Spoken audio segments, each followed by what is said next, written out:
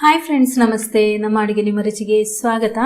ಇವತ್ತು ಮಳೆಗಾಲಕ್ಕೊಂದು ಸ್ಟೋರ್ ಮಾಡಿಡುವಂತಹ ಹೆಲ್ದಿ ಸ್ನ್ಯಾಕ್ಸ್ ರೆಸಿಪಿ ಪುರಿ ಒಗ್ಗರಣೆ. ಇದನ್ನು ತುಂಬ ಸುಲಭವಾಗಿ ಮತ್ತು ರುಚಿಯಾಗಿ ಮಾಡಿಕೊಳ್ಳುವಂತಹ ವಿಧಾನವನ್ನು ತೋರಿಸ್ತೀನಿ, ಬನ್ನಿ. ಅದಕ್ಕಿಂತ ಮುಂಚೆ ನೀವಿನ್ನು ನಮ್ಮ ಚಾನಲ್ಗೆ ಸಬ್ಸ್ಕ್ರೈಬ್ ಆಗಲಿಲ್ಲ ಅಂದರೆ ದಯವಿಟ್ಟು ಸಬ್ಸ್ಕ್ರೈಬ್ ಮಾಡ್ಕೊಳ್ಳಿ. ಪಕ್ಕದಲ್ಲಿರೋ ನೋಟಿಫಿಕೇಶನ್ ಬೆಲ್ ಕೂಡ ಕ್ಲಿಕ್ ಮಾಡ್ಕೊಳ್ಳಿ. ಮೊದಲಿಗೆ ನಾನಿದರಲ್ಲಿ 4 ಕಪ್ನಷ್ಟು ಪುರಿ ಅಥವಾ ಮಂಡಕ್ಕಿಯನ್ನು ಹಾಕ್ತಾ ಇದ್ದೀನಿ.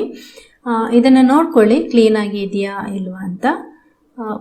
ಕ್ಲೀನ್ ಇಲ್ಲ ಅಂದರೆ ಅದರಲ್ಲಿ ಕಸ ಏನಾದರೂ ಇದ್ದರೆ ಅದನ್ನು ಕ್ಲೀನ್ ಮಾಡ್ಕೊಳ್ಳಿ.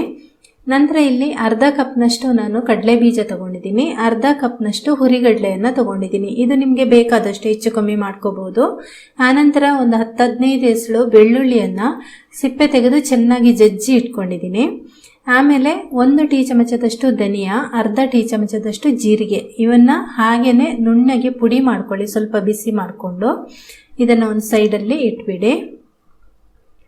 ಈಗ ಒಂದು ದಪ್ಪ ತಳದ ಪಾತ್ರೆಯನ್ನು ಒಲೆ ಮೇಲೆ ಇಟ್ಟು ಅದಕ್ಕೆ ಒಂದು 4 ಟೇಬಲ್ ಚಮಚದಷ್ಟು ಎಣ್ಣೆ ಹಾಕೊಳ್ಳಿ. ಎಣ್ಣೆ ಬಿಸಿ ಆದಮೇಲೆ ಇದಕ್ಕೆ ಕಡಲೆ ಬೀಜ ಹಾಕ್ಕೊಂಡು ಫ್ರೈ ಮಾಡ್ಕೊಳ್ಳಿ. ಕಡಲೆ ಬೀಜ ಚೆನ್ನಾಗಿ ರೋಸ್ಟ್ ಆಗಬೇಕು.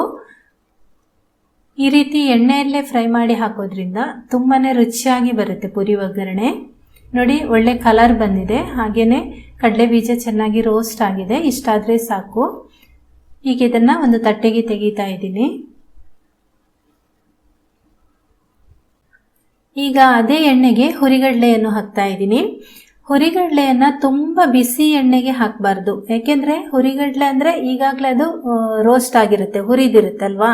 ಹಾಗಾಗಿ ಅದನ್ನು ತುಂಬ ಬಿಸಿ ಎಣ್ಣೆಗೆ ಹಾಕಿದ ತಕ್ಷಣ ಅದು ಕಪ್ಪಗಾಗ್ಬಿಡುತ್ತೆ. ಎಣ್ಣೆ ಸ್ವಲ್ಪ ಸಾಧಾರಣ ಬಿಸಿ ಇರಬೇಕು. ಆನಂತರ ಅದನ್ನು ನೀವು ನಿಧಾನಕ್ಕೆ ಈ ರೀತಿ ಸ್ವಲ್ಪ ಕಲರ್ ಬರುವ ತನಕ ಚೆನ್ನಾಗಿ ರೋಸ್ಟ್ ಮಾಡ್ಕೊಳ್ಳಿ. ಅಂದರೆ ಅದು ತುಂಬ ಜಾಸ್ತಿ ಟೈಮ್ ತಗೊಳ್ಳೋದಿಲ್ಲ. ಈ ರೀತಿ ನೋಡಿ, ಆ ಎಣ್ಣೆಯ ಒಂದು ನೊರೆ ನಿಲ್ಲುತ್ತಲ್ವ, ಆವಾಗ ಇದು ಆಗಿದೆ ಅಂತ ಅರ್ಥ. ತುಂಬ ಜಾಸ್ತಿ ಹೊತ್ತು ಇಟ್ಟರೆ ಇದರ ಒಂದು ಟೇಸ್ಟ್ ಕೂಡ ಹಾಳಾಗುತ್ತೆ, ಆಮೇಲೆ ಕಲರ್ ಕೂಡ ಹಾಳಾಗುತ್ತೆ. ಹಾಗಾಗಿ ಇದನ್ನು ಸ್ವಲ್ಪ ಆರಾಮಾಗಿ, ಅಂದರೆ ನೀವು ನೋಡಿಕೊಂಡು ಇದನ್ನು ಫ್ರೈ ಮಾಡ್ಕೋಬೇಕು. ಈಗ ಎರಡನ್ನು ತೆಗೆದಾದ್ಮೇಲೆ ಇದೇ ಎಣ್ಣೆಗೆ ಈಗ ಅರ್ಧ ಟೀ ಚಮಚದಷ್ಟು ಸಾಸಿವೆ ಹಾಕ್ತಾ ಇದ್ದೀನಿ. ಆನಂತರ ಜಜ್ಜಿರುವಂತಹ ಈ ಬೆಳ್ಳುಳ್ಳಿಯನ್ನು ಹಾಕ್ತಾ ಇದ್ದೀನಿ. ಬೆಳ್ಳುಳ್ಳಿ ಚೆನ್ನಾಗಿ ಕೆಂಪಗಾಗಿ ಬರಬೇಕು, ಅಂದರೆ ಚೆನ್ನಾಗಿ ರೋಸ್ಟ್ ಆಗಬೇಕದು. ಸ್ವಲ್ಪನಾದ್ರ ಒಳಗಡೆ ತೇವಾಂಶ ಇರಬಾರ್ದು. ನಾವು ಇದನ್ನು ಜಾಸ್ತಿ ದಿನ ಸ್ಟೋರ್ ಮಾಡಿ ಇಡೋದ್ರಿಂದ ಇದು ತೇವಾಂಶ ಇದ್ದರೆ ಅದು ಬೇಗ ಮೆತ್ತನೆ ಆಗುತ್ತೆ. ಹಾಗಾಗಿ ಇದನ್ನು ನೀವು ಜಾಸ್ತಿ ಉರಿಯಲ್ಲಿಟ್ಟು ಫ್ರೈ ಮಾಡಿಕೊಂಡ್ರೆ ಆಗ ಅದು ಬೇಗ ಕಲರ್ ಬಂದುಬಿಡುತ್ತೆ, ಒಳಗಿಂದ ಜಾಸ್ತಿ ರೋಸ್ಟ್ ಆಗಿರೋದಿಲ್ಲ. ಹಾಗಾಗಿ ನಿಧಾನ ಉರಿಯಲ್ಲೇ ಇದನ್ನು ಫ್ರೈ ಮಾಡ್ಕೋಬೇಕು, ಆವಾಗ ನಿಮಗೆ ಕರೆಕ್ಟಾದ ಹದ ಸಿಗುತ್ತೆ. ನಂತರ ಇಲ್ಲಿ ನಾನು ಅರ್ಧ ಕಪ್ನಷ್ಟು ಕರಿಬೇವು ಹಾಕಿದ್ದೀನಿ. ಕರಿಬೇವು ನೀವು ಇದಕ್ಕಿಂತಲೂ ಜಾಸ್ತಿನೂ ಹಾಕೋಬೋದು. ಕರಿಬೇವು ಹಾಕಿದಷ್ಟು ರುಚಿ ತುಂಬ ಚೆನ್ನಾಗಿರುತ್ತೆ.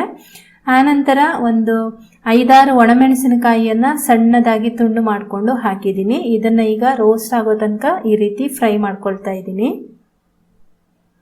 ಎಲ್ಲನೂ ಚೆನ್ನಾಗಿ ರೋಸ್ಟ್ ಆಗಿ ಬರಬೇಕು.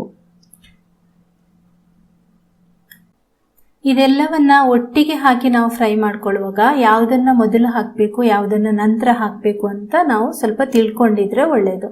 ಯಾಕೆಂದರೆ ಈಗ ಬೆಳ್ಳುಳ್ಳಿಯನ್ನು ನಾವು ಲಾಸ್ಟಿಗೆ ಹಾಕಿದರೆ ಅದು ಬೇರೆ ಪದಾರ್ಥ, ಬೇಗ ಫ್ರೈ ಆಗುವಂಥ ಪದಾರ್ಥ ಅದು ಬೇಗ ಫ್ರೈ ಆಗಿ ಕಪ್ಪಗಾಗ್ಬಿಡುತ್ತೆ. ಬೆಳ್ಳುಳ್ಳಿಯನ್ನು ಫಸ್ಟ್ ಹಾಕಿ ಅದು ಚೆನ್ನಾಗಿ ರೋಸ್ಟ್ ಆದಮೇಲೆ ಬೇರೆ ಪದಾರ್ಥಗಳನ್ನು ಹಾಕೋಬೇಕು.